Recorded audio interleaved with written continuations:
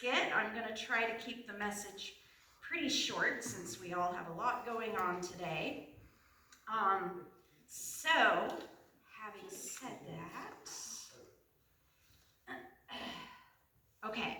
So, I really love the fact that we have a festival here in town specifically to celebrate fall. Because fall in New England is such a beautiful time and is definitely worth celebrating. One of the things I love about fall is the sense of nostalgia it brings. A kind of a quiet joy that's also tinged with regret a little bit.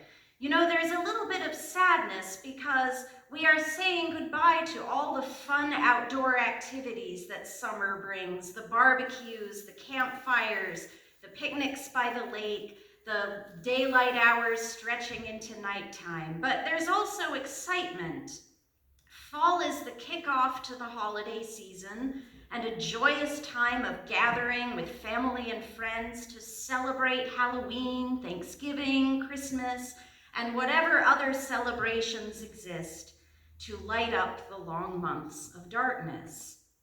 And I've always felt like the vivid colors of the foliage, those brilliant shades of red, orange, and yellow that just take your breath away, it seems like they're reflecting back to us all the summer fun that we've enjoyed. And at the same time, it's sad because those gorgeous leaves are soon going to fall, leaving behind those bare branches, which I always think are so sad looking. Every season brings its own joy, but I have to admit that the dark days of November and early December are not my favorite. It seems like we need this October infusion of fiery color to get us through the darkness ahead. I got something good to say. Yeah, what do you have to say? I'm doing good, Nevin. I'm doing good today. I'm so glad to hear it. Glad to hear it. So, the trees, as they're letting go of their colorful leaves, it really challenges us to face the winter darkness ahead with an attitude of trust. So often in life, we ourselves are faced with the task of letting go of times, seasons, people, belongings that are special to us. And we'd like to think that every time we do so, we're simply making space for new connections, new celebrations, new experiences. But sometimes the letting go is followed by a season of darkness and emptiness. God has promised us a new beginning. We know that spring and summer always come again eventually. We know that those we truly love never really leave us. We know these things. And yet, that time of darkness between fall and spring can feel so long. It's hard to keep that faith and trust going sometimes. And I'm finding now, as my parents get older, the question of what to hold on to and what to let go of can be painful to grapple with at times. Right now, my father is in the process of moving from a house to a small furnished apartment. And without a doubt, it's the right move for him. He'll be close to friends and amenities. He will no longer have to worry about things like snow plowing and yard work. And there's joy in that. It's something to look forward to. Thank you. Oh, it's almost done yet? Like another 20 minutes, probably. Yeah. Yet at the same time, so there's joy in that, but at the same time, it's also saying goodbye to a long, enjoyable summer season in the life of my dad. Because caring for his yard and his home was always a great source of pride for him and made him very happy. And, in addition to that, maybe some of you can relate to this, his house contains many items of sentimental value to the family, furniture that's been passed down from one generation to the next, framed photographs, old maps, vintage Smokey the Bear posters and figurines from his career as a forest ranger, and of course, sorting through the belongings of an aging parent or grandparent and deciding what to do with these items forces us to ask some hard questions. For example, there's this beautiful furniture set, a vanity, a desk, a chair that my grandfather handcrafted many years ago, painted blue, which was my grandmother's favorite color. It has so much history, but there certainly isn't space for it in my home or my dad's new home. I already have desks, bureaus, and vanity tables that I've inherited from other family members over the years. Yet the idea of permanently letting go of furniture made by my grandfather makes me sad, because it's saying goodbye to an era, a season. It's now the beginning of a new season, a new era. But is that season really going to be better? And what if once we've gotten rid of something, we find that we might need it later on, like the snow globe, for example?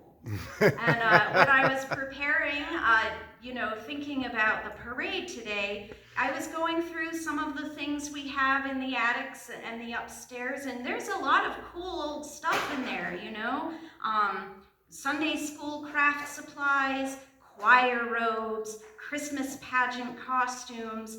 I love that stuff, but the realistic part of me says, how long has it been since we've used choir robes? How long has it been since we've had a Christmas pageant? Do we really need to keep, could we do something else with the space? And then I think, but what if we want to have a choir or a Christmas pageant and all of the stuff is gone? It's a very difficult question to think about.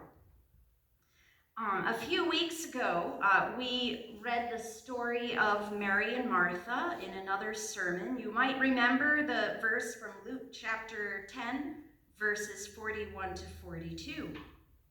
"Martha, Martha," the Lord answered, "you are worried and upset about many things, but few things are needed, or indeed only one. Mary has chosen what is better, and it will not be taken away from her." Only one thing is needed, just one. And what is that one thing? Our love, our hearts. As it says in Matthew chapter 6, verses 19 to 21, "Do not store up for yourselves treasures on earth, where moths and vermin destroy and where thieves break in and steal, but store up for yourselves treasures in heaven, where moths and vermin do not destroy and where thieves do not break in and steal. For where your treasure is, there your heart will be also." All the seasons of life, like the sunshine and leafy trees of summer, they eventually draw to an end. When that happens, we feel like we don't know what to expect. What can we take with us? What should we leave behind? It's so hard to know. But as Mary did, we can choose the one thing, the only thing we need, a heart that's centered in the love of Christ. This provides us with all the warmth we need during dark seasons when we're waiting for the return of a sunnier, warmer time.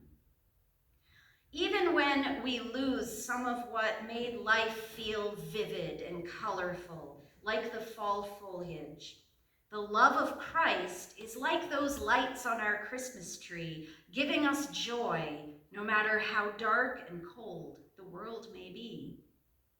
So, if you're facing your own fall foliage season, if you're faced with the challenge of letting go of a colorful and vivid season of your life, take comfort in the knowledge that God has promised a season of new life and renewal to all of us.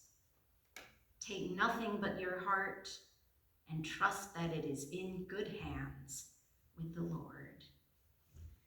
And let us join in saying the Lord's Prayer together. Our Father, who art in heaven, hallowed be thy name. Thy kingdom come, thy will be done, on earth as it is in heaven. Give us this day our daily bread, and forgive us our debts, as we forgive our debtors. And lead us not into temptation, but deliver us from evil. For thine is the kingdom, and the power, and the glory forever. Amen. So for